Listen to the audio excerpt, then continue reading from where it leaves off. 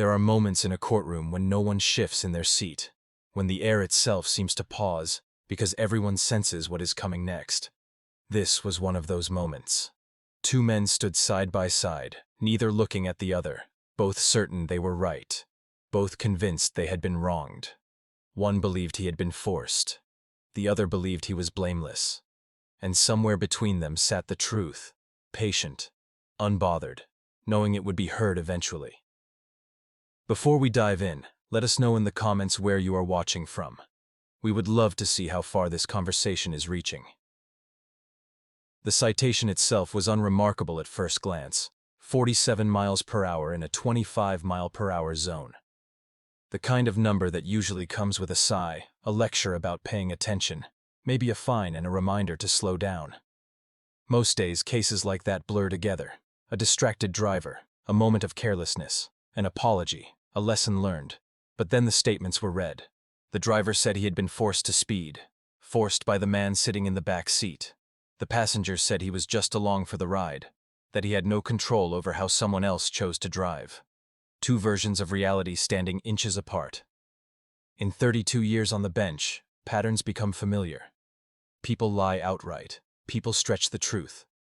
And sometimes people tell themselves a story so often that it becomes real to them. But experience also teaches something else. Very often the truth is not owned entirely by either side. It lives somewhere between fear and responsibility, between pressure and choice. This time, however, there would be no guessing. Because there was a camera, a small device mounted quietly on the dashboard, doing what machines do best, watching, recording, remembering. 23 minutes of video and audio from the night of December 18th, not opinions, not interpretations, just moments, preserved exactly as they happened. Before pressing play, there was one last chance offered, a pause, an opening, an invitation to speak now, to clarify, to admit, to explain. Because once the recording began, there would be no more arguments about memory, no more selective recollections, only truth, unfiltered. No one spoke, so the screen lit up. But context matters. It always does. And before a single word from that recording echoed through the room, it was necessary to understand who these men were beyond that single night. The driver first, Emmanuel Iodeli. 41 years old. He arrived in this country in 2012 with nothing more than hope and determination. No relatives waiting for him, no safety net. Just the belief that hard work could lead somewhere better. 6 years later, he stood in a room full of strangers, raised his right hand, and became a citizen of the United States. He earned it. Every syllable of the oath mattered to him. For the past 6 years, he had driven for rideshare services across Providence. More than 8,000 rides. Think about that number. 8,000 times opening a door. 8,000 conversations. 8,000 chances for someone to be unhappy. And through all of it, a near-perfect rating. Not because he was lucky, but because he was careful. Because he treated people with respect. Because he understood that one bad interaction could ripple outward. When his day driving ended, his night work began. From 11 at night until 4 in the morning, he cleaned hospital floors, bathrooms, hallways, spaces most people never notice unless something goes wrong. Then he went home, slept a few hours, and started again. This was not ambition. This was survival. He did it for his wife, Grace, who worked as a home health aide. He did it for their children.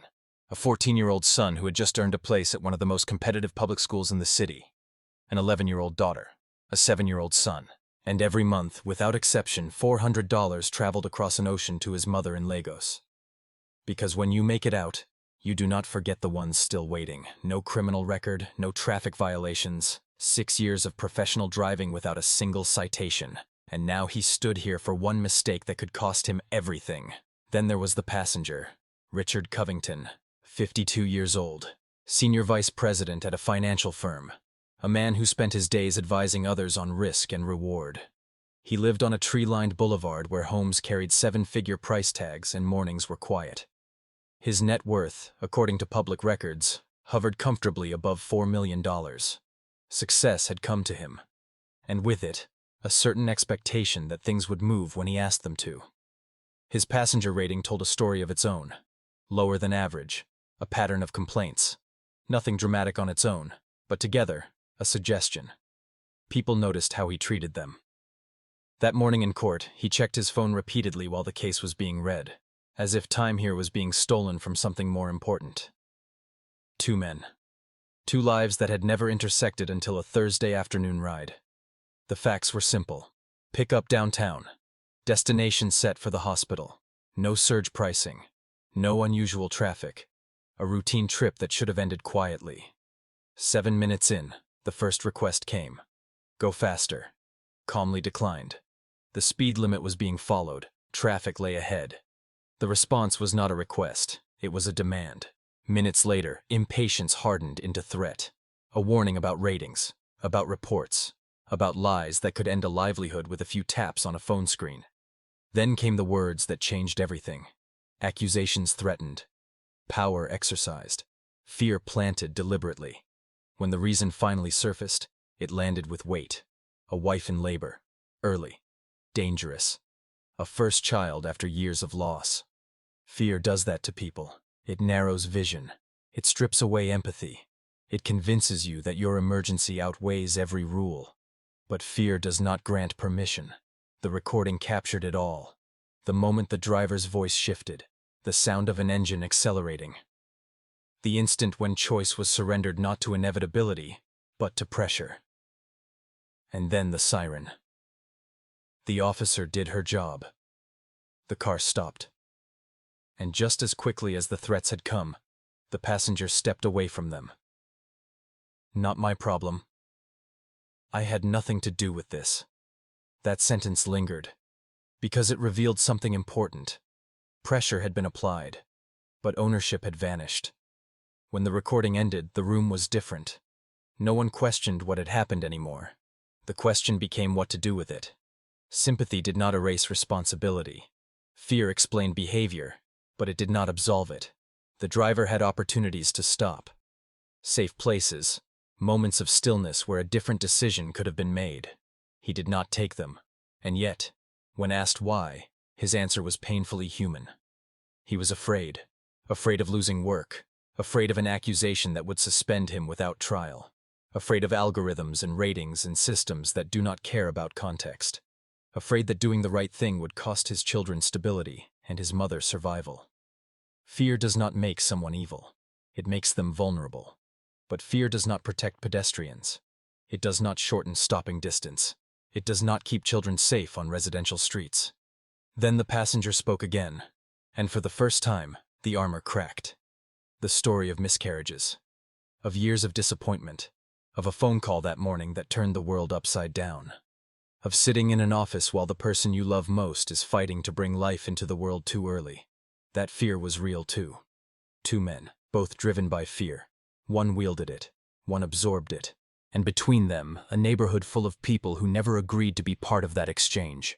Justice does not live in extremes. It lives in accountability, in acknowledging harm without denying humanity. This was not about punishment alone. It was about understanding how easily power can be abused, how quickly fear can override judgment, and how important it is to remember that every decision on the road affects lives beyond our own. Because no emergency, no matter how personal, grants the right to endanger strangers, and no threat, no matter how intimidating, removes the responsibility to protect them. If this story made you pause, if it forced you to ask yourself what you would do under pressure, then share it. Talk about it. Accountability begins with conversation. If you believe stories like this matter, like the video, subscribe for more real moments where truth meets consequence, and tell us in the comments what choice you would have made when fear was sitting in the back seat.